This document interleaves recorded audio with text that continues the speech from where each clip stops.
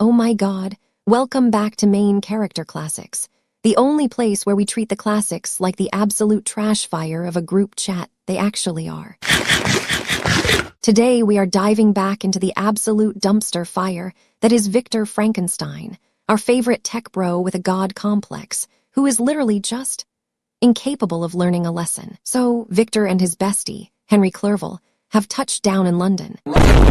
Now, Henry is in his absolute peak networking era, trying to vibe with all the geniuses and talented people in the city, because he wants to go to India and basically become a colonial influencer. Like, Henry is actually slaying the social game, but Victor is not there for the vibes. No, because he is literally just using his letters of introduction to gather data for the new project. You know, the promised monster girlfriend. Wait, can we just talk about how delusional he is? He says if this trip happened when he was happy, it would have been a vibe, but now he is just a shell of a man.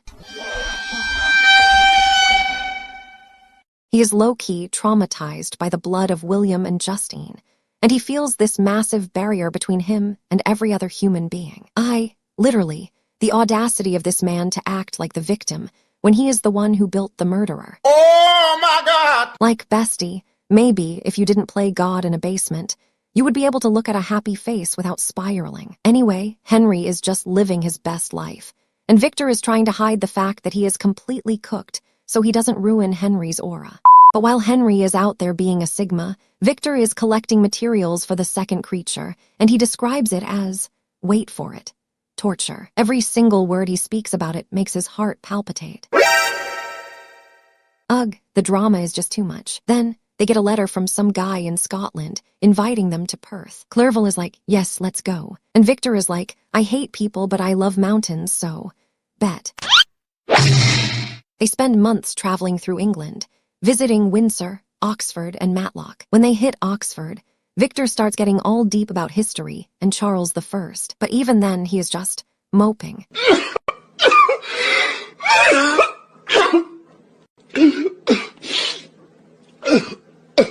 He literally calls himself a blasted tree. I cannot with this man's main character energy. Like, we get it. You are sad. Now stop glazing your own misery and just go to therapy. Shut the fuck up! They visit some caves in Matlock, but as soon as Henry mentions Chamounix, Victor literally starts shaking. The PTSD is hitting hard, and he just wants to leave. Then they hit the lakes in Cumberland, and for a second, Victor almost forgets he is a disaster. He makes some new friends, and for a minute he is almost happy, but then the guilt returns. He starts panicking that the monster is going to kill his family, because he is taking too long with the new project. Oh my god! He becomes this total stage 5 clinger to Henry, following him around like a shadow, because he thinks the monster is going to jump out and end Henry's subscription to life. Actually, the mental gymnastics this man does to justify his behavior are insane. He says he is guiltless, but has a curse on his head. Sir, you literally created a demon. You are not cursed. You are just an accomplice to your own madness. Finally, they get to Edinburgh and then Perth, but Victor is just done. He tells Henry, like, look, I need to go on a solo trip for a month or 2. Do not follow me. Do not text me. Just let me have my peace. Poor Henry is just like, please write to me. But Victor is already gone. So Victor travels to the Orkney Islands, which is basically just a giant, wet rock in the middle of nowhere. The vibe is absolutely rancid. The soil is barren. There are like 5 starving people living there, and the house he rents is a total dump. The thatch is falling in, the walls are unplastered, and the door is literally off the hinges.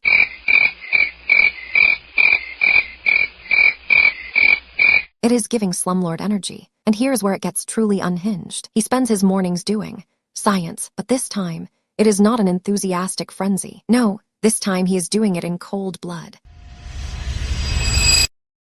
He calls it a filthy process. He is literally stitching together a monster girlfriend in a rotting hut on a desolate island, while his heart sickens. I am deceased. The sheer Ike factor of the scene is off the charts.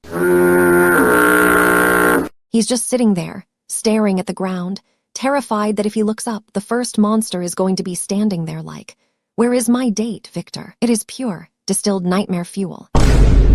Wait, Can you imagine the smell of that hut? Dead body parts, salty sea air, and the scent of a man who has not showered in 3 weeks because he is too busy being a mad scientist. Truly a mood. So, he is almost finished with the creature. He is feeling this weird mix of hope and absolute dread. He knows that once he finishes, the monster is going to show up to claim the prize. And bestie, we haven't even gotten to the part where... Oh my God, welcome back to Main Character Classics, the only place where we treat the literary canon like a group chat that just leaked.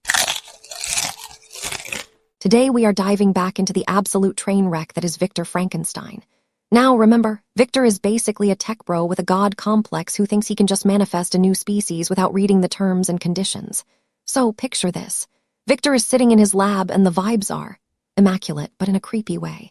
The sun is down, the moon is rising over the sea, and he is just sitting there. He is in his feels, bestie, just contemplating if he should keep working or just call it a night. But then he starts overthinking, like actually overthinking. He remembers that 3 years ago he created a fiend that literally desolated his heart, and now he is about to make a second one, a girl version.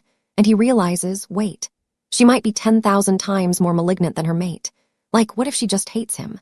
What if she sees how mid he is and decides to just ghost him for a hotter human man? Ugh, I cannot with this man. He is literally describing a toxic relationship before the girl even exists. He's so delulu. But then it gets worse. He starts thinking about the long-term lore. Like, what if they have monster babies? A whole race of devils running around the earth, making human existence a total nightmare. He realizes he is basically trying to buy his own peace by risking the entire human race. Wait, no, because he actually just admitted he was being selfish for the plot. The audacity is truly unmatched. He is really out here playing with the world's aura just so he can stop being stressed. Suddenly, Victor looks up at the window and guess who is there? The monster. And he is not just standing there. He has this ghastly grin on his face. He has been stalking Victor through forests and caves, just waiting for the delivery of his new girlfriend. Victor looks at him and just snaps. He has a total breakdown, catches a case of the madness, and literally rips the half-finished female creature to pieces, just shredding her right in front of the monster. I am deceased. He really just deleted the save file right in front of him. The monster lets out this howl of devilish despair and revenge and just dips. Honestly, the monster was just looking for a little companionship, and Victor decided to give him a mental breakdown instead. Talk about a red flag. Victor locks the door and goes to his room, trying to shake off the sickening oppression of his own thoughts. He's just staring at the sea, feeling the silence, until he hears oars hitting the water. Someone is landing right next to his house.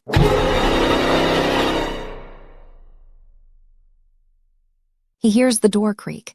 He is shaking from head to foot, feeling that dreamlike helplessness where you try to run but your legs are just not working. Then the wretch enters. The monster is in his villain era now, bestie. He is like, do you actually dare to break your promise? I have endured so much toil, I crept along the Rhine, I froze in Scotland, and you just destroy my hopes. And Victor, who has suddenly found his backbone, is just like, begone. I break my promise. I will not create another monster as deformed and wicked as you. Shut the fuck up! And the monster just loses it. He calls Victor a slave. He tells him, you think you are miserable. I can make you so wretched that the light of day will be hateful to you. You are my creator, but I am your master. Obey. Victor is just like, sorry, my irresolution is over. I am not letting a death demon loose on the world. And the monster just gnashes his teeth. He is like, everyone else gets a mate, but I have to be alone. Revenge is now dearer to me than food or light. He tells Victor that he will be fearless and powerful, watching like a snake. Oh my God! Then he drops the most iconic, most toxic line in the history of this entire book. He looks Victor in the eyes and says, it is well. I go. But remember, I shall be with you on your wedding night. What the hell? Oh my God, no way! I am actually shaking. That is the ultimate hater move. He did not just threaten him, he set a date for the disaster. The sheer level of pettiness is actually kind of a slay. Oh my god, I almost died! No! I almost died! That was so scary, thank you! It's okay. The monster just vanishes into his boat and zooms away. Victor is left burning with rage, wondering why he did not just fight him. He starts crying thinking about his beloved Elizabeth and how she is going to be devastated when Victor gets snatched away.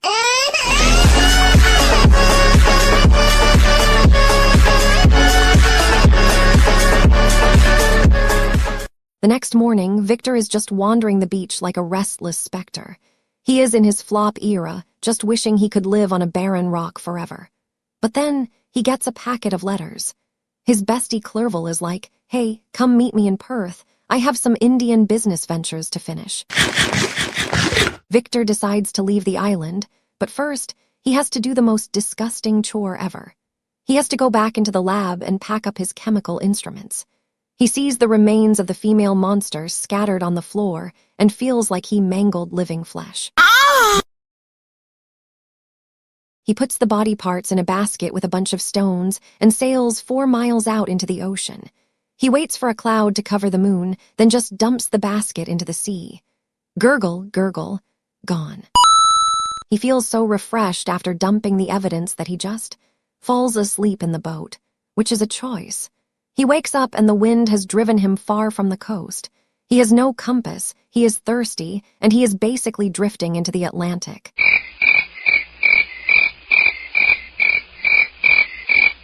He is literally screaming at the sky like, "Fiend, your task is already fulfilled." He thinks he is about to die and leave his family to the monster. But then, the wind dies down and he sees land to the south. He makes a sail out of his own clothes, which is honestly a mood, and steers toward a small town in Ireland. He's so happy to see humans again, but as soon as he lands, the locals are just staring at him. They are whispering and looking at him with pure anger. Victor is like, "Hello, my good friends, where am I?" And some guy with a hoarse voice just tells him that the Irish custom is to hate villains. A crowd surrounds him, and some random man taps him on the shoulder and says, "Come with me to Mr. Kerwin, the magistrate, because you need to give an account of yourself." Victor is confused, like, why? Am I not in a free country? And the man just drops the bomb. A gentleman was found murdered here last night. NANI?! お前はもう死んでいる。 Victor is like, "Okay, I am innocent. This is fine." He follows the guy to a nice house, trying to act strong so he does not look guilty. But he has no idea that the absolute calamity waiting for him is about to extinguish every bit of hope he has left.